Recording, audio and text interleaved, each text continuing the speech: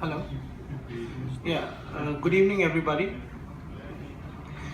On behalf of Mool Foundation, I welcome you all to the launch of the book One Idea, Many Plans, written by Dr. Sanjeev Vidyarthi.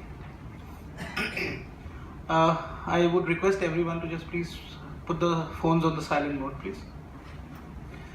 And I'm not much of a public speaker, so I'll be reading out what I've written. I hope you won't mind. Yeah. So some of you present here would already know about Mool. It was created about a year back, a few months ago, as a living tribute to my father, Mr. Y.K. Bhatt, an architect planner who spent about 4 decades of his life working in Rajasthan and a large part of it in Jaipur. Mool is situated in a beautiful house in Jaipur built by him for himself to live in, which now functions as a space and a forum to promote and bring together architecture, design, and various forms of creative art. At Mool, we curate, conceptualize, and organize exhibitions, workshops, discussions, and presentations in an attempt to bring a flavor of design and art in everyone's life. We take great pleasure in launching One Idea, Many Plans, a book which is about architecture and planning concepts, a subject closest to Mr. Bhatt's heart. Without taking much of your time, I now request Mr. Nandiwal and Mr. Suhas Kothari to please, that's the most senior and the youngest of the professional present here amongst us, to please come forward and present to us One Idea, Many Plans. Please give them a big hand. Nandiwal sir, please. Suhas, आओ बेटा.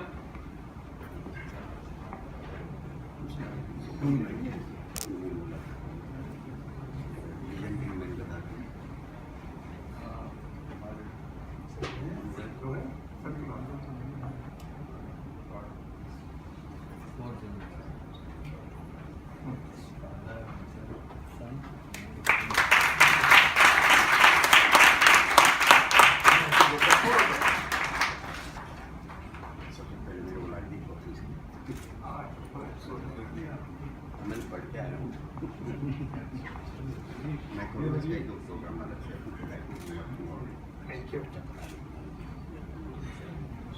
Thank you, sir, and thank you, Suhas, for the honors. Okay, now I request Dr. Sanjeev to come forward and say a few words about his book and give his book talk. Sanjeev, over to you, please. Thank you.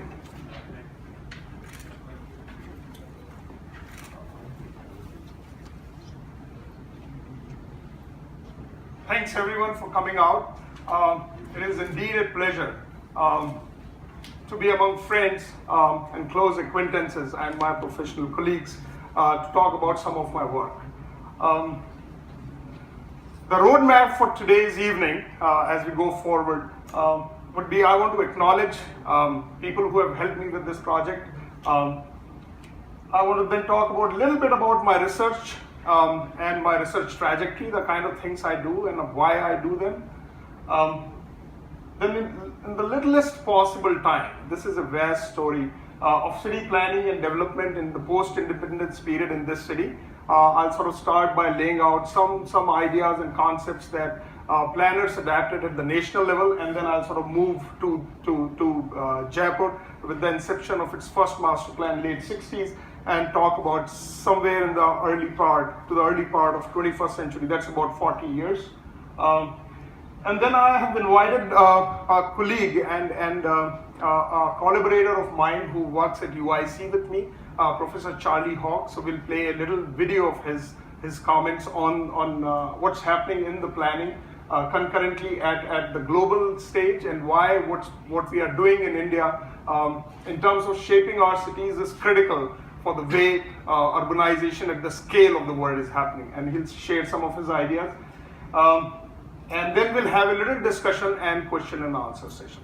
And I'll try to keep this as brief as possible, but I reckon somewhere around 30 minutes, 35 minutes should take before we move into the next phase of the program. All right. So this is perhaps one of the more important parts of our talk today. I want to acknowledge Rajan, who sort of took on this this assignment on his own self-will to put together this event tonight, along with Sharang and Radhika, who work at Mool Foundation with him. They did a fabulous job of ensuring that everyone gets those WhatsApps that you got, phone calls, and the emailers, apart from all the banner work and the presentation. They put it together. So I want to give them a big hand on behalf of everyone. I also want to thank Ashok Parekh, who is the conceiver of this idea.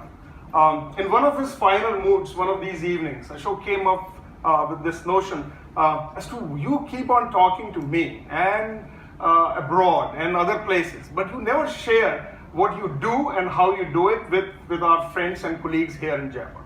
So he's sort of the engine for putting this together. He says, you come in as a tourist, spend some time, observe what's going on, work on your next book or finish this book, and you go away. You can't be so selfish and mean that you do not share. So Ashok sort of took the lead on this, but he realized early on that two of us together do not make a very nice and congenial team. We sort of go off tangents. So both of us decided to invite Sanjay Kothari. Sanjay took off time from his busy schedule to sort of join us and sort of provide a head which is more evenly screwed on the shoulders. So three of us, and then he also requested Daga Parivar, who have sponsored this event. For those of you who do not know, Light Studio, Stone Studio, and Landscape Studio. There are two. Ashok took me to their stone atelier in Mansarovar institutional area, and people who have not been there must go there, check it out. This is one of the best places to find anything to do with landscaping and stonework. Much of it is imported as well as exported from here. I've seen places like this in the US and Europe, but I found it fascinating that Jaipur now has this cutting edge stone works right here in the city. The second product they deal with is sort of an energy saving, I'm forgetting the phrase here, it's a nice phrase, nano fluid, which sort of enables energy transfer, so heat transfer. So it's a product used for chillers and boilers, and many projects are using it at this point in time. I also want to acknowledge people in Jaipur Development Authority, town planning officials, people at Rajasthan Housing Board, who helped me tremendously with the field work, with data collection, and sharing their personal and professional experience as to how planning happens, both in Jaipur and at the national level. I interviewed something like 60 planners during the course of this work, many of them first generation planners who had worked with Town and Country Planning Organization in its founding days. I was also lucky to get to speak to Mr. Sareen, who was the founding commissioner of the Rajasthan Housing Board, to sort of get a first-hand view of what was happening in the early years of the founding of this profession. I think it's also important to acknowledge my many friends, including my friends at Ayojan, who as customarily are showing up late as we speak.